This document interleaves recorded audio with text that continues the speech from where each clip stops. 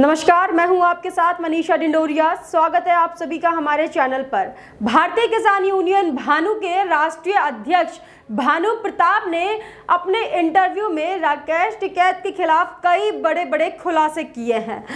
भानु प्रताप चिल्ला बॉर्डर से किसान आंदोलन का निरीक्षण कर रहे थे, वो आंदोलन में शामिल थे। पूरे 2 महीने तक चिल्ला बॉर्डर से भानु प्रताप भारतीय किसान यूनियन के राष्ट्रीय अध्यक्ष जो हैं चिल्ला बॉर्डर से आंदोलन में शामिल रहे हैं। लेकिन उन्होंने बताया कि किस तरीके से 26 जनवरी पे जो उपद्रव इन तथाकथित किसानों द्वारा मचाया गया था, जिस तरीके से देश के तिरंगे झंडे का अपमान हुआ था, यही सब देखने के बाद भानु प्रताप ने चिल्ला बॉर्डर को खाली कर दिया था और इस आंदोलन से पीछे हट गए थे और आंदोलन छोड़कर चले गए थे। अब वो इस आंदोलन का हिस्सा नहीं है। वहीं अपने इंटरव्यू में कई बड़े बड़े खुलासे कर रहे भानु प्रताप ने बताया कि किस तरीके से राकेश टिकैत को कांग्रेस से फंडिंग हो रही है और इतने महीने से जो ये आंदोलन चलाकर राकेश टिकैत जी दिल्ली के बॉर्डर्स को घेरे बैठे हैं, कांग्रेस की फंडिंग से ही वो इन सभी किसानों को वहां पर बिठा के रखे हैं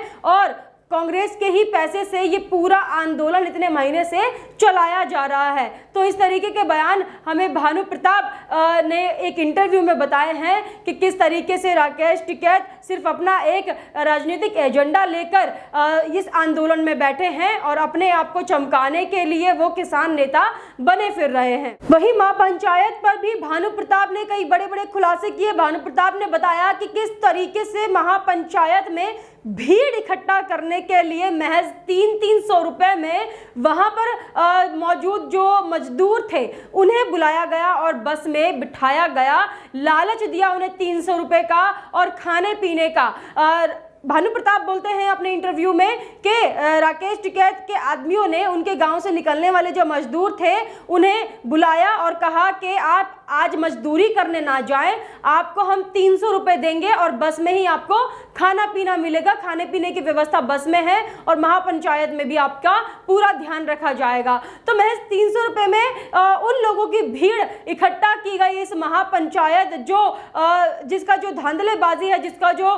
खोखलापन सामने आ रहा है इस किसान महापंचायत का, महज 300 रुपए में उन मजदूरों को लाके बिठाया गया था जिनको ना बिल के बारे में कुछ पता था, ना ही 3 कानूनों के बारे में और ना ही ये पता था कि किसान आखिर धरने पर बैठा क्यों है। तो जिन लोगों को किसान बिल का ज्ञान ही नहीं था, उन लोगों को पैसों का लालच देकर और खाने पीने का लालच देकर राकेश टिकैत ने महापंचायत मुजफ्फरनगर में भीड़ एकजुट करवाई थी। ये कहना है भानु प्रताप का। वहीं वो बता रहे हैं कि राकेश टिकैत किस तरीके से एक राजनीतिक तौर पर खुलकर सामने आ रहे हैं। वहीं वो कह रहे हैं कि पहले जब उन्होंने चुनाव लड़ा था एमएलए का और एमपी का, जहां पर उन्हें सिर्फ 2000 से 8000 वोट ही मिले थे और वो बुरी तरीके से हार गए थे, वहीं अब राकेश टिकैत पूरी कोशिश कर रहे हैं। जिन जिन पार्टियों का उनके पर हाथ है वो उनके एक पुतला बनकर चल रहे हैं, उन्हीं के कहने में चल रहे हैं कि किसी भी तरीके से इस बार वो चुनाव लड़े और जीत जाए।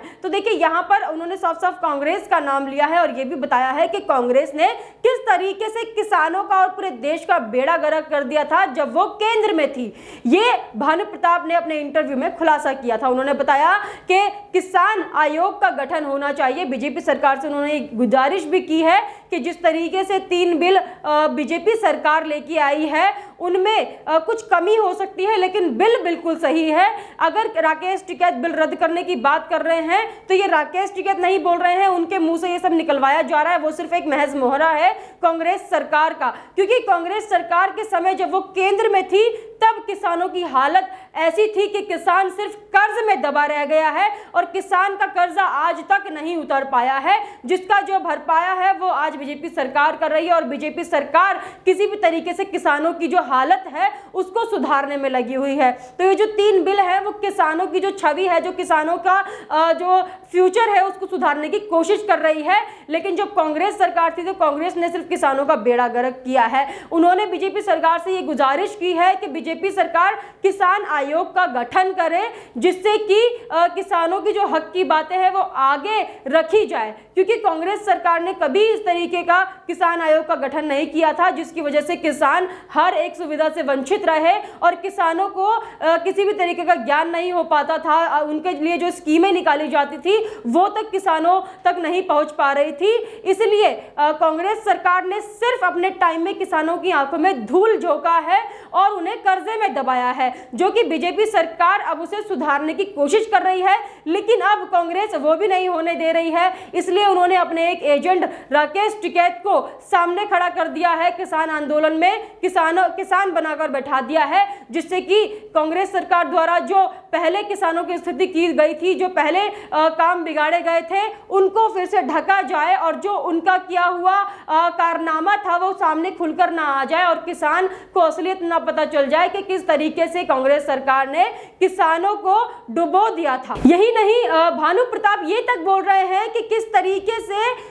किसान आंदोलन छोड़ने के बाद से ही भानु प्रताप पर कई सारे आरोप इन लोगों द्वारा लगाए जा रहे हैं, विपक्ष द्वारा लगाए जा रहे हैं। उन पर आरोप लगाया जा रहा है कि भानु प्रताप जाके बीजेपी की गोद में बैठ गए हैं और बीजेपी से उन्हें पैसा मिल रहा है, इसलिए वो अब बीजेपी की तरफ बोल रहे हैं। इस पर भानु प्रताप ने अपना आक्रोश जाहिर करते हुए बताया कि मैं 70 साल की उम्र में क्या बीजेपी की गोद में जाकर बैठूंगा। जहां पर सही बात अगर हम बोल रहे हैं तो हम बीजेपी के लिए बोल रहे हैं, हम बीजेपी की साइड ले रहे हैं, लेकिन राकेश टिकैत क्या कर रहे हैं? ना तो वो किसानों की बात कर रहे हैं, ना तो वो बिल की बात कर रहे हैं, सिर्फ वो अपने एक राजनीतिक मुद्दे लेकर आगे बढ़ रहे हैं, सिर्फ कांग्रेस पार्टी की बात को आगे पहुंचा रहे हैं, सिर्फ उन्हें वोट दिलाने के लिए और चुनाव जिताने के लिए इस मंच से कई सारे धर्म के नारे लगवा रहे हैं। तो ये राकेश टिकैत कर रहे हैं, लेकिन यहाँ पर भानु प्रताप अगर सही बात बोलते हैं तो उन्हें बोल दिया जाता है कि आप जाके बीजेपी की गोद में बैठ गए हैं। और आगे भानु प्रताप ने यह भी बताया कि किस तरीके से जब राकेश टिकैत बोलते हैं स्टेज से कि बीजेपी को हराना है,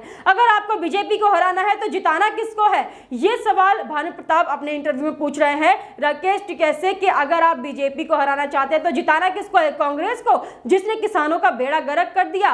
भानु प्रताप ने बताया कि राकेश टिकैत के पिताजी जो कि बाबा महेंद्र सिंह टिकैत जी हैं, उनके साथ उन्होंने कई साल काम किया है, उनके साथ वो रहे हैं, तो उनसे ही एक्सपीरियंस लिया है भानु प्रताप ने, इसलिए वो सही बात को समझकर ही इस आंदोलन से पीछे हटे हैं और किसानों के हक की बात कर रहे हैं और बीजेपी सरकार द्वारा जो 3 कानून लेके आए हैं उसको समझने की कोशिश कर रहे हैं। लेकिन राकेश टिकैत अपने पिताजी के कदमों से भी दूर चले गए हैं, उनकी बातों को भी नहीं समझ रहे हैं और सिर्फ एक एजेंडा अपने दिमाग में लेकर चल रहे हैं कि बीजेपी को हराना है। ये राकेश टिकैत नहीं, ये कांग्रेस उनसे बुलवा रही है और कांग्रेस ने ही उनके मुंह में ये सब शब्द भर दिए हैं। इस तरीके का कहना है भानु प्रताप का। आगे भानु प्रताप बताते हैं कि जब ये 3 बिल लाए गए थे तो इसको पहले लोकसभा में, फिर राज्यसभा में, फिर राष्ट्रपति द्वारा लाया गया था, लेकिन पूरा समझने से पहले ही किसानों को बरगलाने का काम यहाँ पर शुरू हो गया विपक्ष द्वारा और तथाकथित किसान नेताओं द्वारा। तो बिल समझाने का यहाँ पर कोई काम नहीं कर रहा है, सिर्फ भड़काने का किसानों को काम कर रहा है। भानु प्रताप कहते हैं कि अगर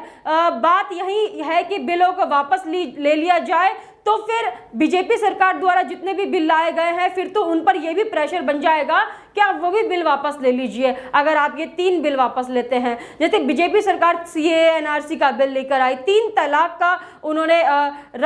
3 तलाक खत्म कर दिया था देश से, तो आने वाले टाइम में फिर जनता बीजेपी से ये भी मांग कर देगी कि सीएए एनआरसी को रद्द करो, 3 तलाक को वापस लेके आओ। तो इस तरीके से भानु प्रताप ने इस चीज को जस्टिफाई किया कि कैसे अगर 3 बिल जो ये कृषियों के लिए लेके आई है सरकार, अगर वो वापस ले लेती है तो आगे चलकर बीजेपी सरकार पर इन बिलों को वापस लेने का भी प्रेशर लोग बना सकते हैं। तो देखिए इस तरीके से जो इंसान 2 महीने लगातार कृषि जो आंदोलन चल रहा है उसमें शामिल रहा, किसानों के हक की लड़ाई लड़ता रहा, लेकिन जैसे ही उसे पता चला कि यहाँ पर जो अराजक तत्व हैं, जो देश विरोधी गतिविधियों में शामिल हैं, जो देश का झंडा उखाड़ कर फेंक देते हैं, जो सिर्फ राजनीतिक मुद्दों पर बात करते हैं, जो सिर्फ फंडिंग लेकर अपने बारे में सोचकर और किसानों के बारे में नहीं सोचते हैं, उन लोगों का जब सच्चाई उनके सामने आई और उनका जो दोगला चेहरा है भानु प्रताप के सामने आया, तो वो उस आंदोलन को तुरंत छोड़कर